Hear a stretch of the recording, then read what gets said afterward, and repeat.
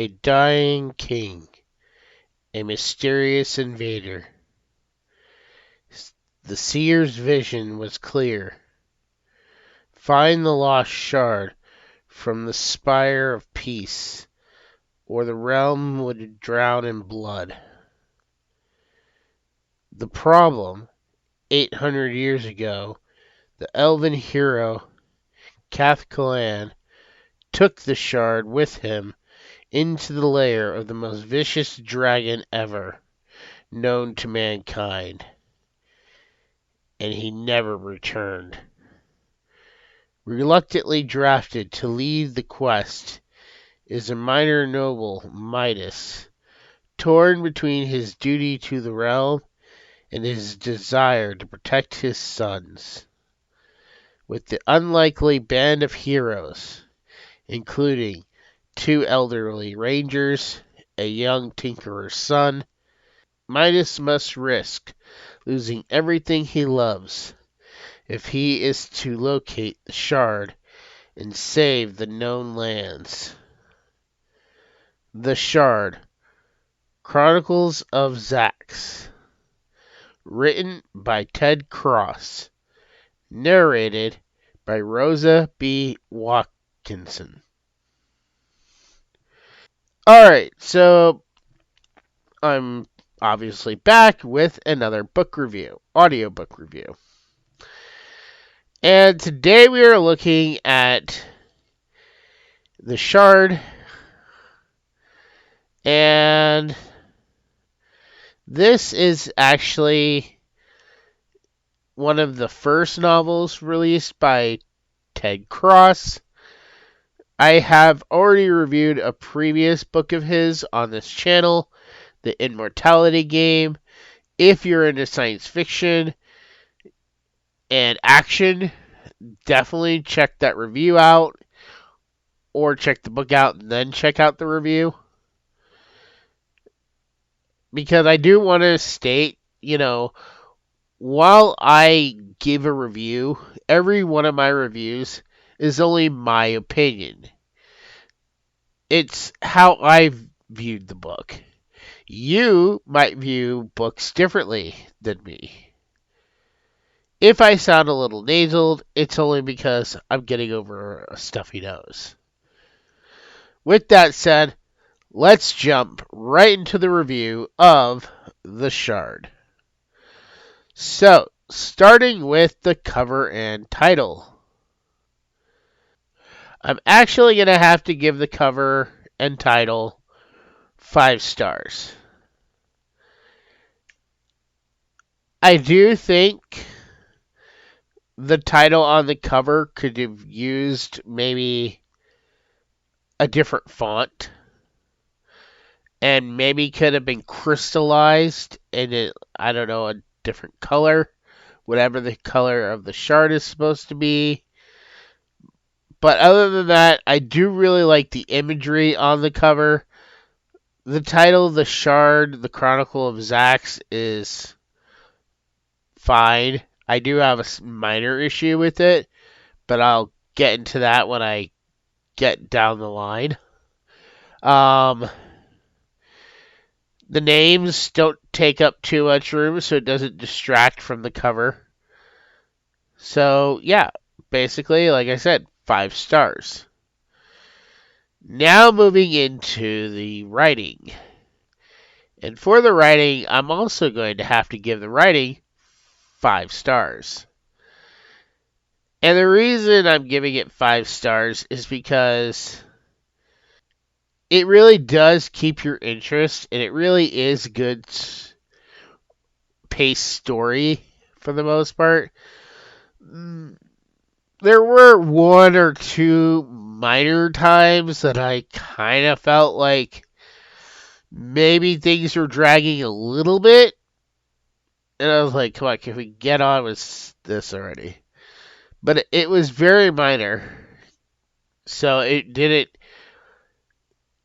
negate anything major. And plus, I might be talking about this again later on. So, the way the book is written, it reminds me a lot And that's what I mainly look on when I look at the writing, is the style. And for me, this style was very much all over the place, in a good way. There were times this made me think of Game of Thrones, Lord of the Rings, The Witcher,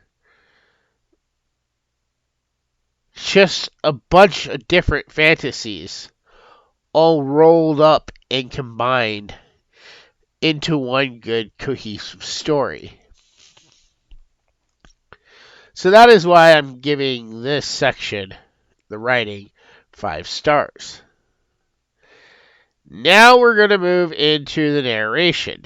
And for the narration, I have to give this narrator 5 stars as well. At first, when I started listening to this book, if I didn't know the actress's name, I seriously would have mixed up the voice actress narrating this book with the actress who plays Counselor Troy on Star Trek The Next Generation, or Demona from Gargoyles. Rosa does a really, really good job at voicing the characters. She gave them each distinctive voices. She gave them different accents. So it was quite original. And she did a really good job. There were long periods of time where she was voicing a male character, and I almost forgot that it was a woman reading this. And that's a big issue for me when it comes to finding narrators that, although they try to make their voice sound different, they don't come off sounding very different when they do different voices. So, yeah, for narration, I have to give this a solid 5 stars. Now moving into the story. And for the story, to be completely honest, as I always am, I'm going to have to give the story 4 stars. And the reason I'm giving it 4 stars is because of the fact, well, yes, it does make me think of lots of different fantasy styles, like I said earlier, with Lord of the Rings and The Witcher and all that stuff. Game of Thrones, especially the way the chapters are laid out. It does tell its own interesting, unique story.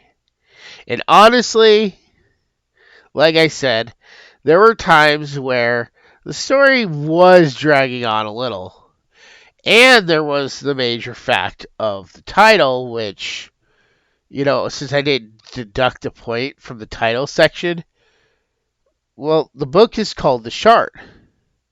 Now, unless I missed it, in the first 1/3 of this 15-hour book, there isn't a single mention of the shard anywhere. And even when it finally is talked about, it's very slow. So it's like, in Lord of the Rings, the ring is the first thing that's brought up. In the Dark Crystal is the very first thing brought up. When you have a book or a story that revolves around a certain item, usually that item is described and laid out for the audience, what it is, why it is, and what makes it so coveted right away. But here, that was the biggest drawback for me, is I actually was 5 hours in, and I'm like, is there actually any shards in your book about a shard? So I was like, when is this thing going to pop up? Then suddenly it popped up. I'm like, oh, okay, it took long enough. Also, the other reason I'm giving it 4 stars, though, isn't just because of that.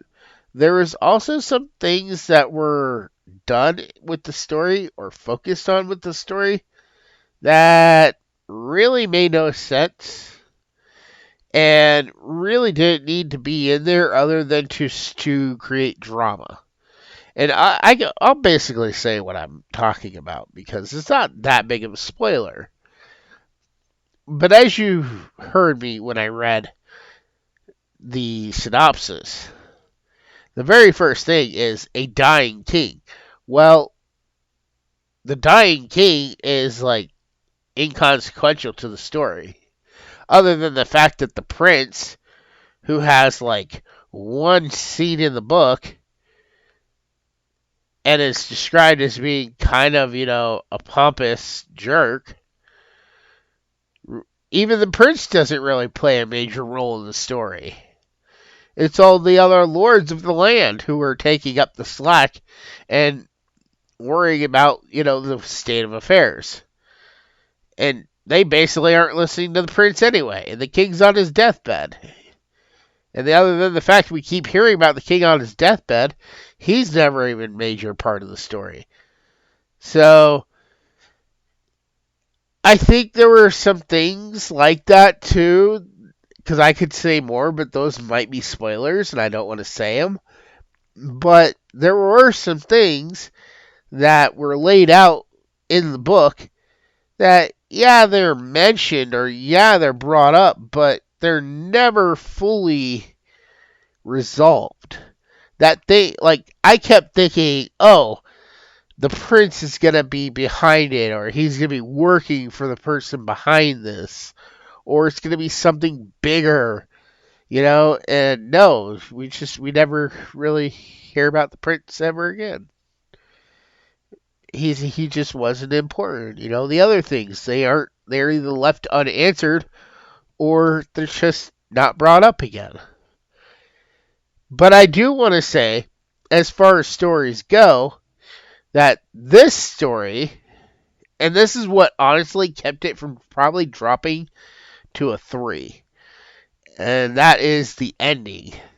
There is information you learn at the end of this book, which I think, if the author were to continue this book series and continue making books in this world, there is a lot this author could do with what he's started in this book.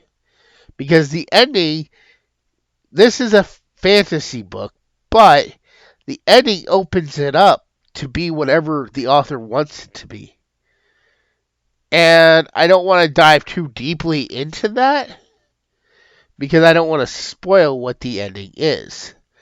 But I will say, for a fantasy book, this has a definite unique turn that gives it a different feel moving forward. So, with that said, I don't think the author should definitely leave this alone. I think he should continue this on. I feel this is his franchise. This is his story. This is where he needs to continue on. Other books related to this, that other big books like this, that follow this world or prequel this world, could make this book better or could make it worse. But let's focus on the positive, and I think it could do better moving forward. I don't see why the author felt the need to switch and do a different kind of book when this book series could be something great. Like I said, the author did a real good job at combining some of the best fantasy fiction that has ever existed. So, to not continue that kind of feels like a disservice to this book. But moving on to characters. And for characters, I'm going to have to give this 5 stars. Every character was definitely explained. That was probably the weakest point of the story, was when we were getting all the explanation. If I had to say anything bad about the characters, it would merely be that we just had way too many. And this Zax character, whose name is on the cover, didn't even show up till, again, like one third of the book had already gone by. So he's not even really the main character of this book. So it was a little odd that his name is on the cover. But, I mean, if there are more books that follow Zax, I feel like they could be part of this. And I would like to see more from this author in this world. Especially with the ending, like I said. The ending is really unique for a fantasy. So, as for extras, the only real extra I have to say is that recently, when the author reached out to me and asked that I review this book, he asked that I also review another book he wrote. And this other book is called Lord Fish, which is read also by the same narrator. And that this book, Lord Fish, Chronicles of Zax, is like a short story, 3 short stories, which tie into this big story. So I will be reviewing that next month. And I look forward and interested to see how this, ties in. Yeah, that's about the only extra I have as far as this goes. So with that said, let's jump right into the final verdict. And for the final score, I am going to have to give The Shard, Chronicles of Zax, a 9 out of 10. I really enjoyed the story. It did keep me engaged, even though there were a couple parts, not many, that were like, okay, can we just hurry up and get through this? And I definitely, would be interested to continue on with this world, to find out where this story could go from here. So, if you are a fan of fantasy, and you're looking for something that's really high grade up there, definitely consider checking this out. It's available on Amazon, Audible, iTunes, I'm sure wherever you can order books online. Also, if you are also a fan of fantasy, you might consider checking out my book series, The Guardian of Light, which is available on all the same platforms. So this has been my review of The Shard, and if you have not, please consider subscribing to this channel. Make sure to click that notification bell so you're notified the second a new video goes up. And with that said, I'll talk to you all next time.